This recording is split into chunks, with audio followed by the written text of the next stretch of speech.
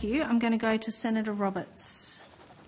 Thank you, Chair, and thank you all for appearing here today. Could I table a newspaper article written by an economist in Australia, please? I'd like to put the first questions to Dr Murphy from the Stroke Foundation. Your submission is clear. I won't go into that in detail. You mentioned in your statement that you're busier than ever since COVID. What I'm aware with my statistical training is that statistics and data analysis are not just a matter of looking at numbers, they're also listening to people. Now, my understanding is that strokes, and I'm ignorant of this topic, strokes are caused by potentially many factors, neurological, blood supply. You've just confirmed with Senator Rennick on blood clotting. Is that correct? That's correct. So there's two main types of strokes. There's strokes called ischemic strokes, which are due to blood clots, and then the second main type is hemorrhagic strokes that are due to bleeds. Due to? Bleed, so a blood clot, a blood vessel bursting and causing a bleed.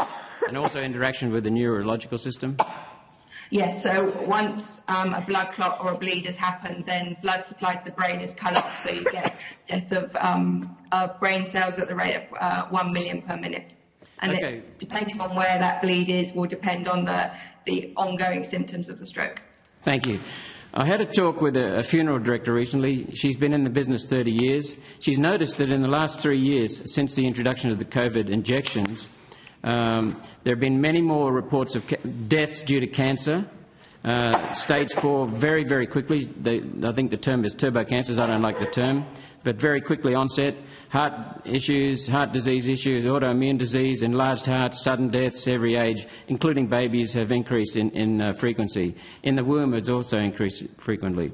She's also said, and she's been talking to other funeral directors as well, that they're having difficulty embalming people. Now, this was made an international issue by a famous interview in the United Kingdom by Dr John Campbell, I think, of a funeral director, but it's occurring in Australia. She said that these difficulties in embalming people were not seen 4 years ago and prior to 4 years ago, and she said that coroners are telling families that hearts are really suffering and causing deaths.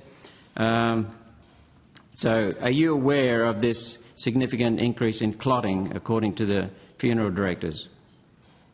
I haven't seen any scientific papers on that evidence from funeral directors. Is this an evidence-based paper, or this is their own personal experience? As I said, statistics involves more than just looking at numbers. It involves listening to people.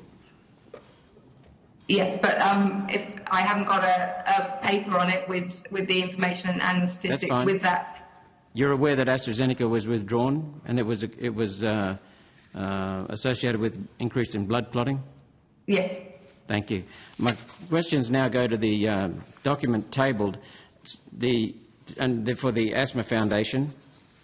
You won't have the document, of course, but I will go to, so that people can follow, bottom of page 5, the last quote there. I'm going to read several quotes for the Asthma Foundation, and I'd like your opinion. I think also Dr Murphy from the Stroke Foundation said, quote, "You take advice from the Department of Health." You then said, "You take our guidance from the Department of Health." Anthony Fauci is an American doctor at the head of the health agencies in America. He's called America's doctor.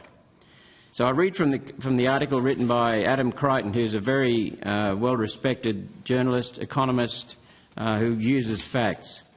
Quoting, "This week, British newspaper The Telegraph reported studies suggesting the vaccines in part could be behind the surge in excess deaths in developed nations after the rollout began, something unthinkable only a few years ago." Adam Crichton goes on, "Fauci, the top doctor in America, had assured Americans, indeed around the world, he assured people around the world, the vaccines developed under emergency authorisation stopped transmission and infection, despite clear evidence from the start they did not."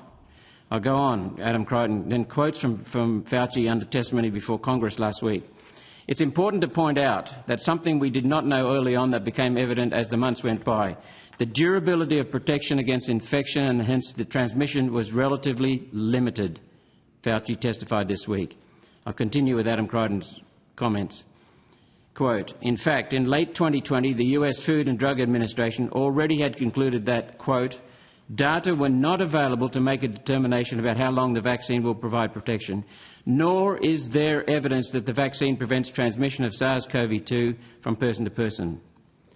Are you aware of these developments in the United States, Mrs. Whitmore? I haven't read that article, but I do know that Angela has some information that she could probably share with us. Yeah, I would just refer back to our submission, which shows that asthma deaths decreased during the pandemic. So we're here to talk about excess mortality during those years, and as we say in our submission, asthma deaths actually decreased. So we don't have any comment on that. Okay. Last question, Senator Roberts. Well, I've just referred to, here it is, Asthma Australia's submission. You said there is a significant opportunity to learn from the COVID-19 pandemic. Could you tell me what the most significant are, if they're not listed in broad terms in the submission which I've read? What are the greatest opportunities to learn from the COVID-19 pandemic? We would refer to listed in our submission. Sorry?